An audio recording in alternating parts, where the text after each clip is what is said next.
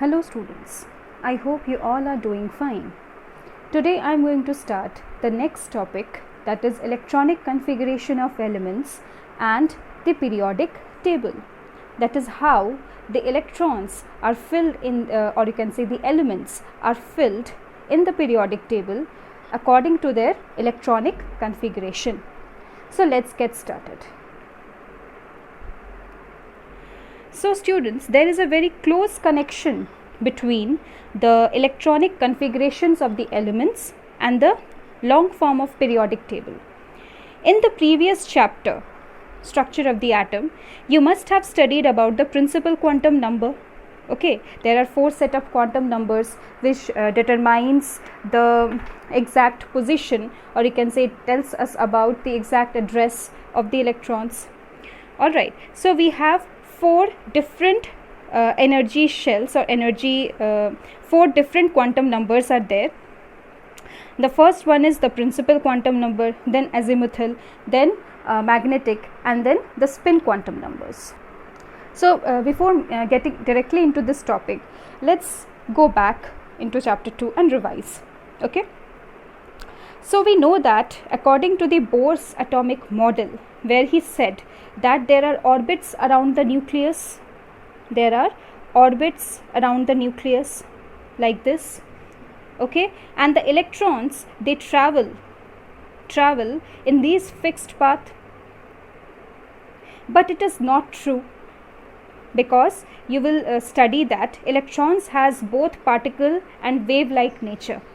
Therefore it is impossible for electrons to travel in these fixed orbits. Even if we know the orbit, we would not know where the electrons is exactly placed, according to Heisenberg's uncertainty principle. If you have not studied this yet, you will study about it. So taking into consideration both the wave and particle nature, that is the duality or dual nature of subatomic particles, the quantum mechanical model was given. Okay, now Schrödinger, he gave an equation. Okay, this equation was known as this: H psi, H with a cap, psi is equal to E psi, where H is known as the Hamiltonian operator, and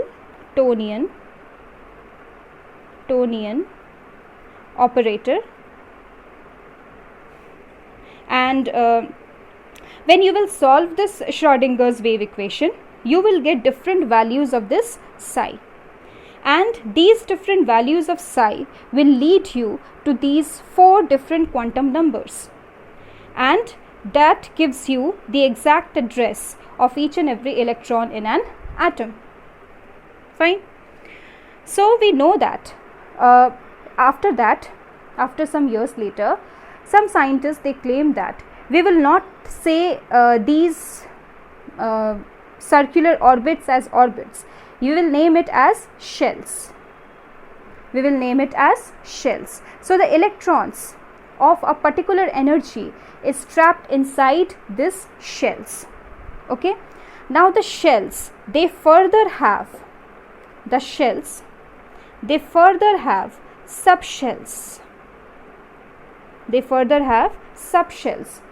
the subshells, they have orbitals. Where the electrons are being found. So we know there are shells like K, L, M, N, these are the shells.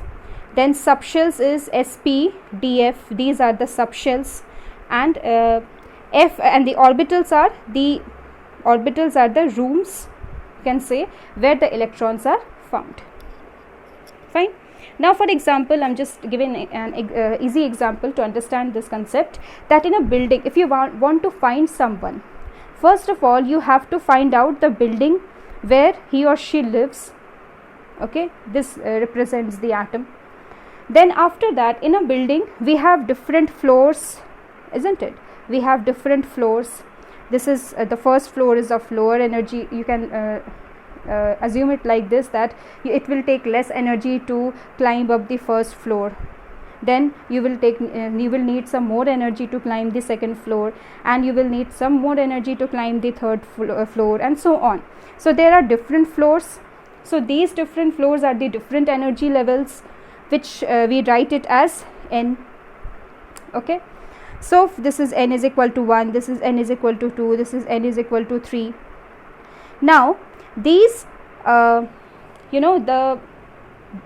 different floors are the different energy level, or you can say these are the shells, different shells. This is K, this is L, this is M, one more will be there, N. Now the shells has some rooms, okay, or you can say some flats. Just assume that these in this particular floor three flats are there. So these flats are the subshells. All right, in this first floor only one flat is there, only one flat is there, that is S. In the second L only two flats are there, S and P, and in the third we have SPD, and in the fourth one SPDF. All right, so these flats, it depicts or denotes the subshells. After this subshell, in a flat there are different rooms, okay, so there are kitchen, there are bathroom, there are dining room, there is then you have drawing room, then you have bedroom, okay, kitchen. So just suppose the room is there, and room denotes the orbital, okay. The S subshell has only one orbital, the L subshell has one orbital of S and P3, okay, and here we have SP3 and here 5, 1 2 3 4 5, okay. So what I am saying is, shells, it denotes the energy level, K, L, M, N, these are the floors. Then you have subshells, these are the flats where you can find that person. And then in the flat you have specific rooms where the probability of finding the electron is maximum, or you can say that person is maximum. So these are the orbitals where you will find the electrons. Just suppose you want to find your mother in a room, and she is most probably in the bedroom or in the kitchen doing something. So you will go into the kitchen and you will meet her. So this is how the whole concept of shells, subshells and orbitals is. As I said that we have energy level, different energy level, K, L, M, N. These are the shells, or you can say the energy level. The K shell can hold up to how many electrons? We know, we have studied it can hold up to 2 electrons. The L shell can hold up to 8 electrons. M shell can hold up to 18, and the N shell can hold up to 32 electron. So why it is so? It is so because the L shell has only one subshell, that is S, and the subshell S has only one orbital where maximum 2 electrons can be accommodated. So then we have L shell. L shell has 2 subshells, S and P, and the S has one orbital and the P has this 3. Okay, so where we can put how many electrons? 2 in S and 6 in P. 2 in S and 6 in P. Together we get it as 8. Then M, in M we have S, P and D. So here S, this is P and this is D. 1, 2, 3, 4, 5. So here 2 electrons, here we have 6 electrons, and here we have 10 electrons. 5 orbitals are there, 1, 2, 3, 4, 5, and here 1, 2, 3, 4, 5. Okay, so here 10 electrons can be accommodated, together 18. Then N shell, 32 electron, S, P, D, F subshells are there, and S1, P3. Then we have D, 1, 2, 3, 4, 5, and here F7, 1, 2, 3, 4, 5, 1, 2, 3, 4, 5, 6, 7.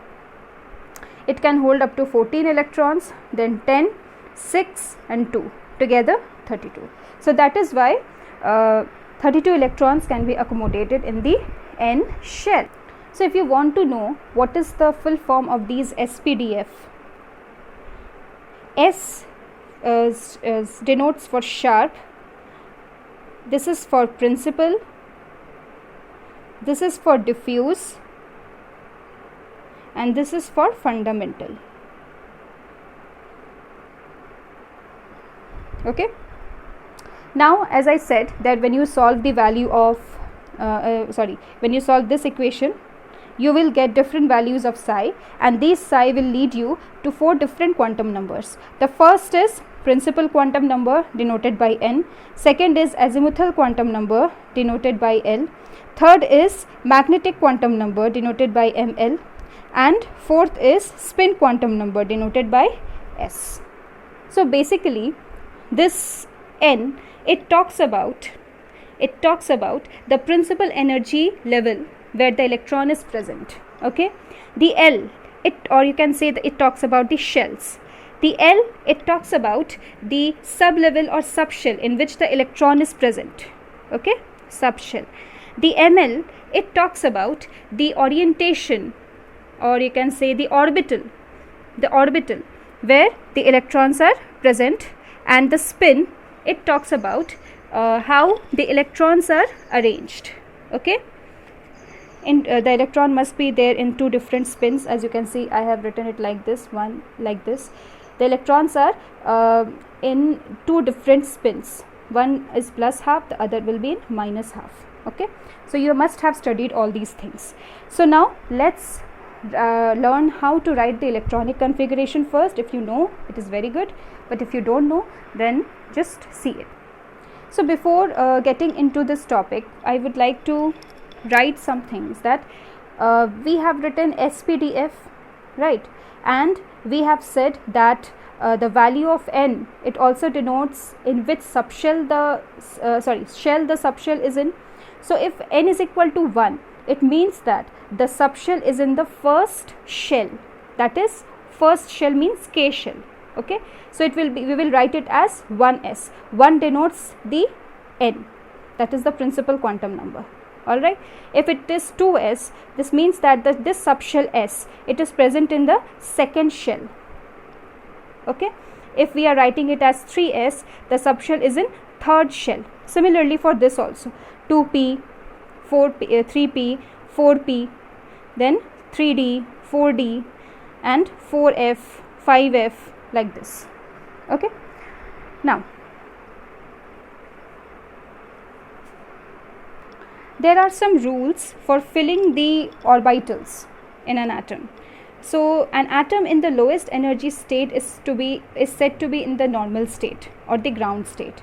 Now the ground state is the most stable state of the atom, and the filling of orbitals in the ground state, or you can say the ground state of the atom, is determined by the following rules.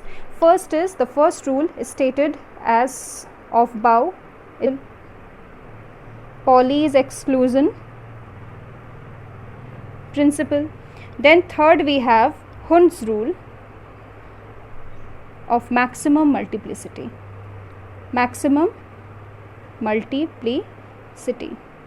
So we will follow these rules, and we will know how to write the electronic configuration. So first let's understand what Aufbau's principle means, what it is. See, Aufbau principle, Aufbau said that in the ground state of the atoms, the orbitals are filled in order of their increasing energies.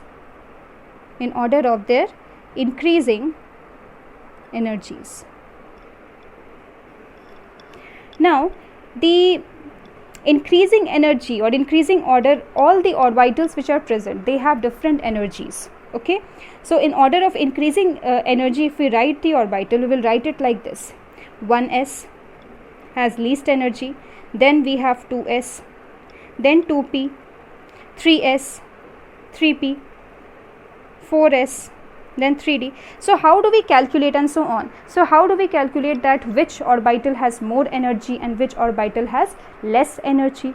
So we will calculate it using a rule which is known as n plus L rule. Okay, now n, we know it is the principal quantum number, this one. Okay, and L is the azimuthal quantum number. So the value, some of the values are given for different subshell. The value of L for S is 0. The value of L for P subshell is 1. For D it is 2. For F it is 3. Now how do we know that which subshell has which orbital has more energy and which has less energy? Because in this Aufbau's principle we have to arrange these elements on the basis of their different energy levels, isn't it? So how do we do it? We will apply this n plus L rule. Just say that we have two orbitals, 1s and 2s. Which one has more energy and which one has less energy? How do we know that? We will apply this rule. Let's say for this n plus L and this one n plus L rule.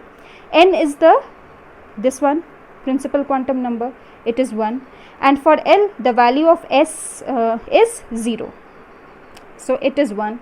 Similarly for N, here see it is 2, for value of S it is 0, so it is 2. So we can see here that among 1s and 2s, 2s has more energy, as because it has more value of n plus L, that is why 2s has more energy than 1s.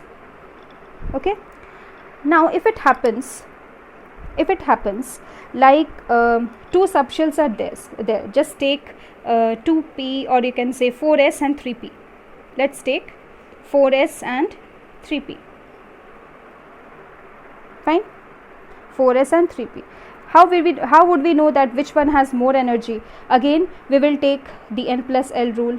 We will apply this rule. For here the value of n is 4 and that of S is 0. It is 4. Here the value of n is 3 and that of L is 1. It is 4. So here you can see that the n plus L, the value of n plus L is same. So here in this case sometimes it happens. So here what we will do, we will see that which orbital has lower energy. Okay, and we will see that, and we will see the value of n. The orbital which has lower value of n will have lower energy.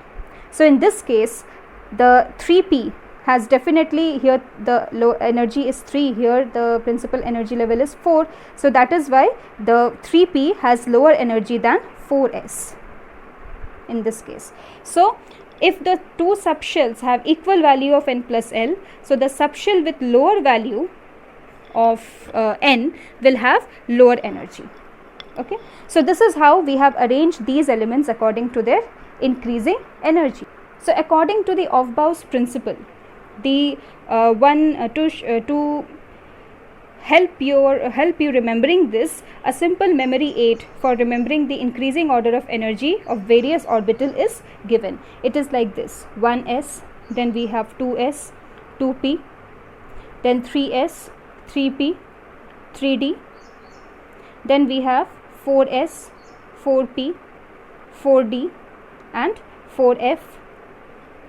Okay, then we have 5s, 5p, 5d, 5f, then 6s, 6p, 6d, 7s, 7p.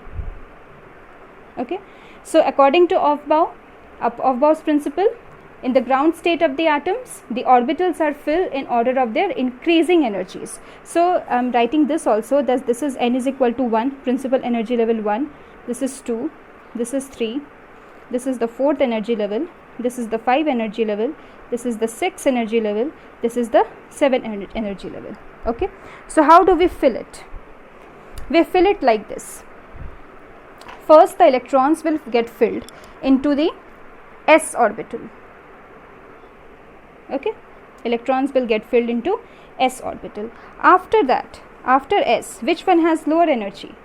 2s. So the next electron will move into the 2s orbital. After filling of 2s, the next electron will move up to the 2p. Okay, then 3s, as 2p has less energy. Then after 3s, the next electron will move into the 3p. Then 4s. After 4s, 3d, then 4p, then 5s. Then after 5s, the next electron will move towards 4d. Then after 4d, it will fill up to in 5p, then 6s. Then after that, after 6s, which orbital will get filled up? Yes, students, 4f. Okay, then 5d, then 6p, then 7s. After 7s, 5f, 6d, 7p. Now 6d and 7p. So this is how the electrons will get filled up according to the Aufbau's principle. Okay. So here the electrons, they are added progressively to the various orbitals in their order of increasing energies, starting with the orbital of lowest energy. Now the next we have to study is, for filling up the electrons in the orbitals, Pauli's exclusion principle. Okay. Now it states that no two electrons in an atom can have same set of all four quantum numbers. Okay. So that is why an orbital cannot hold a maximum, can hold up to maximum of 2 electrons. It cannot hold 3 electrons or 4 electrons. Alright, so that is why it follows that an orbital cannot have more than 2 electrons. If an orbital has 2 electrons, then it must have opposite spins. This spin, its spin is plus half, its spin is minus half. Now the next is Hund's rule of maximum multiplicity. According to this rule, the pairing of electrons in the orbitals of a particular subshell, say p, d or f, it does not take place until all the orbitals of the subshell are singly occupied. Okay. Moreover, the singly occupied orbital must have the orbital with parallel spins. So now just see that we have we have this p orbital. Okay. Now according to Hund's rule, it says that all the orbital will get first filled up with 1 electrons, then the next electron will enter from the beginning like this, and all these must have the opposite spins. Alright, so the pairing of electrons in the orbitals of a particular subshell, say s, p, d, 1, 2, 3, 4, 5, extra. This here also, at first all the orbital will get filled up with 1 electrons. Then after that, the next electron will enter the first orbital, then second, then third, then fourth, then fifth. So the pairing of electrons in the orbitals of a particular subshell, it does not take place until all the orbitals of the subshell are singly occupied. Okay. So these three principles we must apply for writing the electronic configuration. Now the important topic, that how do we write the electronic configuration? So in order to represent the electron population of an orbital, the principal quantum number n is written before the orbital symbol, while the number of electrons in the orbital is written as the superscript. Okay, just say I am writing 1s2. Okay, so this is the principal quantum number or principal energy level. Fine. And these are the number of electrons which are present in the s subshell. The number of electrons which are present in the s subshell, it is 2. Fine. So if we have 2 electrons in the s orbital of first energy level, this is the first energy level, then it is written as 1s2. Sometimes the electronic configuration, they are represented in a different manner by representing each orbital by a square or a circle. Okay, and the electrons are represented by putting arrows in it, like this also, like this also. This is 1s. Fine. So how do we write the electronic configuration of atoms? So on the basis of all the above rules, all the above rules and the sequence of energy levels, let us write the electronic configuration of the atoms. First, say hydrogen. Hydrogen has atomic number 1, and since hydrogen has only one electron, it must go to the 1s energy shell or 1s orbital. The electronic configuration for hydrogen will be written as 1s1. Okay, or if you would write it, you will write it like this, 1s1. Then we have, after hydrogen, we have helium, atomic number 2. Now the s orbital has one, or you can say the s orbital has one space left for one electron to get accommodated. So the configuration will be 1s2, and the next electron will get into like this, and both will be having opposite spins. So 1s2. Then after that, lithium, we have all the 2 orbitals got filled up, isn't it? So that is why we will write it like this, 1s2. As the 2 electrons got filled up in the s orbital, the next electron will go into the second orbital, that is 2s, according to the Aufbau's principle, isn't it? 1s, 2s, 2p, 3s, 3p, 3d. After filling up of the 1s subshell or 1s orbital, the next electron will go into the 2s orbital, isn't it? So we will write it like this, 2s1, this and this, 1s2, 2s1. Then beryllium, atomic number 4, we will write it like this, 1s2, 2s2, like this. As one electron, space is left here, 1 electrons can be accommodated in this, 2 electrons. So 1s2, 2s2. After that, beryllium, we have boron. Okay, now let's see here. After filling up of 2s up to beryllium, in beryllium all the 2 orbitals or 1 orbital gets filled up, s orbital. So the next electron in boron with atomic number 5 will go to the 2p. So we will write it like this, 1s2, 2s2, 2p1. Okay. Then after boron we have carbon. Carbon with atomic number 6, 1s2, 2s2, 2p2. Okay. Then we have carbon. After carbon, nitrogen, 1s2, 2s2, 2p3, and so on. We will fill it up to, okay, I am writing this, boron, carbon, nitrogen, then oxygen, 1s2, 2s2, 2p4. Okay, boron, carbon, nitrogen, oxygen. After that we have fluorine, 1s2, 2s2, 2p5. After fluorine we have neon, 1s2, 2s2, 2p6. Okay, so up to neon the p orbitals get filled up, isn't it? When the p orbital gets filled up, after filling up of p orbital, the next electron will move into the again 3s orbital. So after neon we have sodium. So up to neon we can this is the noble gas, right, where all the orbitals gets filled up.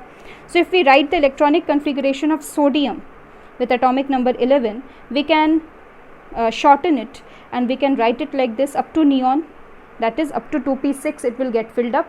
After 2p6 the next electron will move into 3s, so we will write it like this, 3s1.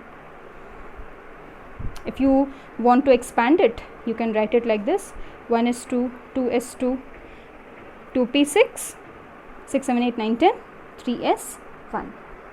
After sodium we have magnesium with atomic number 12. We will again write it like this, neon, 3s2. After magnesium we have aluminium, After aluminium, after the 3s orbital gets filled up, the next electron will move into 3p. So in aluminium with atomic number 13, we will write it like this: neon 3s2, okay, 3s2 and 3p1, and so on. This is how you will be filling the electrons in the particular orbital, and this is how the elements, all the elements are arranged according to the electronic configuration. Alright. So students, this was all about the concept of the electronic configuration, and in the next video I am going to explain that how the elements, right, how the elements are arranged in these or you can say in the periodic table according to their electronic configuration. Fine. So that's all for today's video. Thank you so much. Have a great day. Take care.